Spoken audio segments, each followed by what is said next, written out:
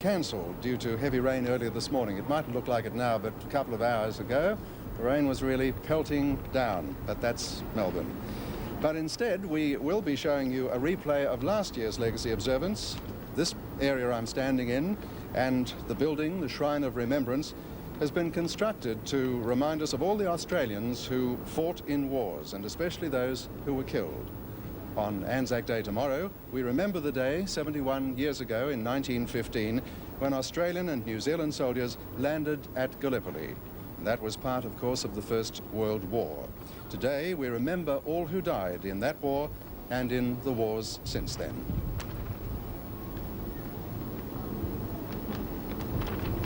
It's 72 years since the First World War began. Australia sent an army to help England fight in countries like Egypt and France. A large number of those servicemen were killed in the fighting. Thousands more were wounded. There are huge war cemeteries in many parts of Europe where these soldiers are buried. Australia lost a larger part of its army in the First World War than any other country. To remember those who died, there are memorials in most Australian cities and towns. On these are recorded the names of servicemen who died in the war. But so many people were killed in the First World War that it was decided to build a national memorial.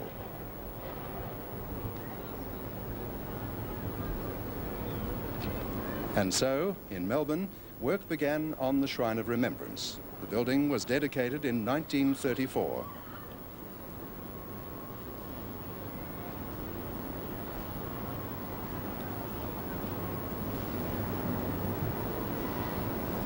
Around the shrine are many smaller memorials to those who fought in the First World War, but in 1939 another larger war began.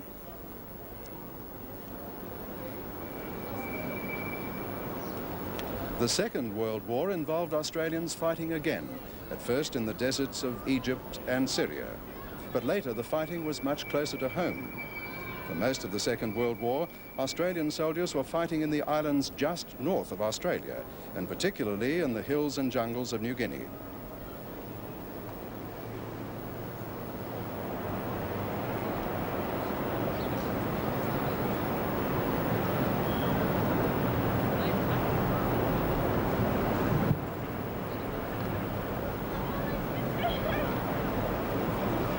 The Shrine of Remembrance now reminds us of the wars in which Australians have fought, from the First World War to Vietnam. Inside the building is a quiet place, away from the noise of the city. In an underground part of the shrine called the Crypt, statues and flags remind us of the men who served in the Army, Navy and Air Force.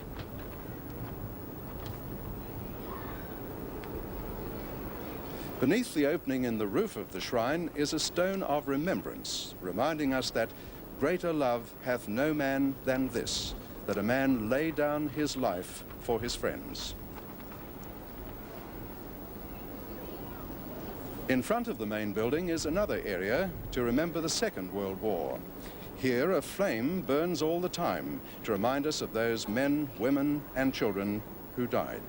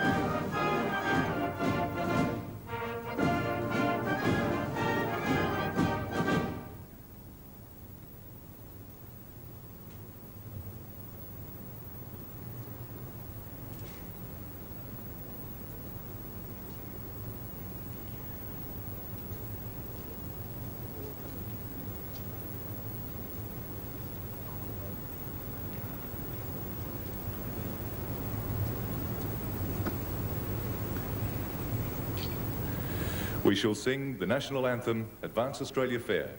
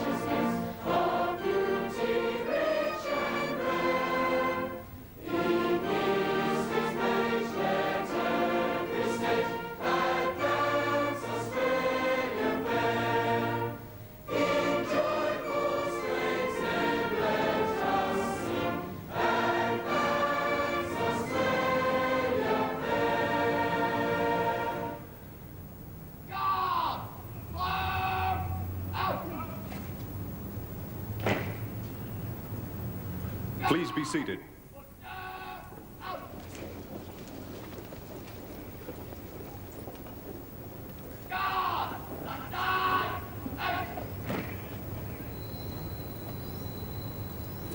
His Excellency the Governor of Victoria will now be introduced by the President of Melbourne Legacy, Legatee Colin Bannister.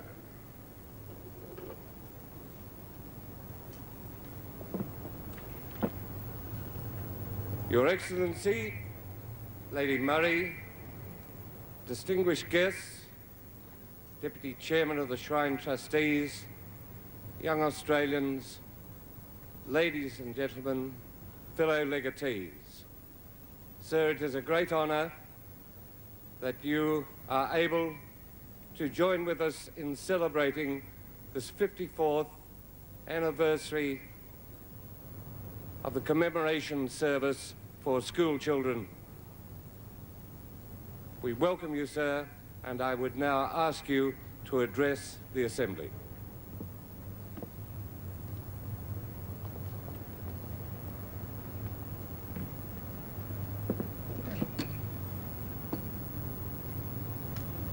Mr. Bannister, Commander Littlejohn, Deputy Chairman of the Shrine Trustees, ladies and gentlemen, young Australians.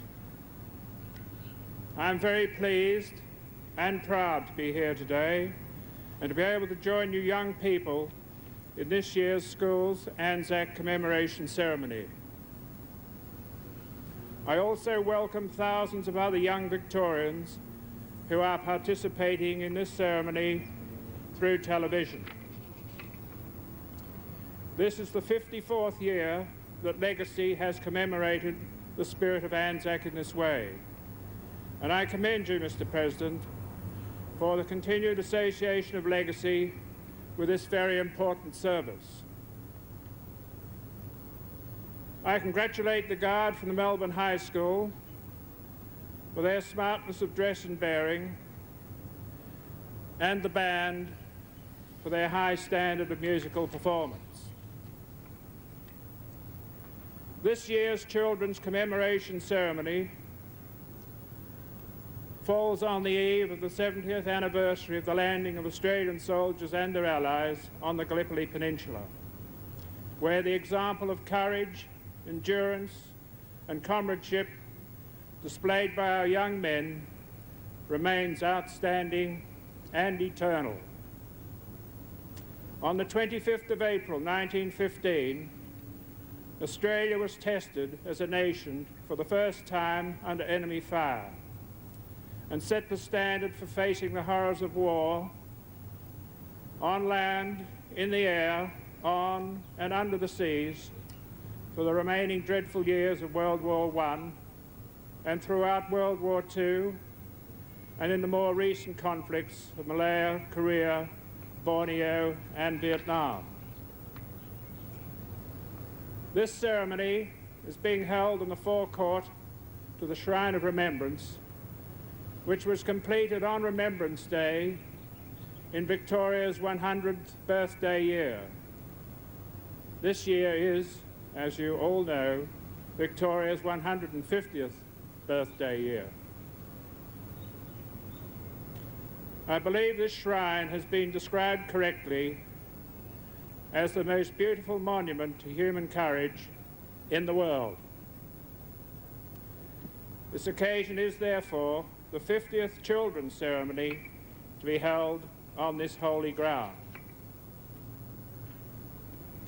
I would like to refer all of you today to two features within the grounds of the shrine that help to tell the story of Gallipoli. The first is the pine tree to my right that was planted in June 1933. The life of this tree began on Gallipoli, where a single pine tree gave the name Lone Pine to one of the most bitterly contested areas on the peninsula.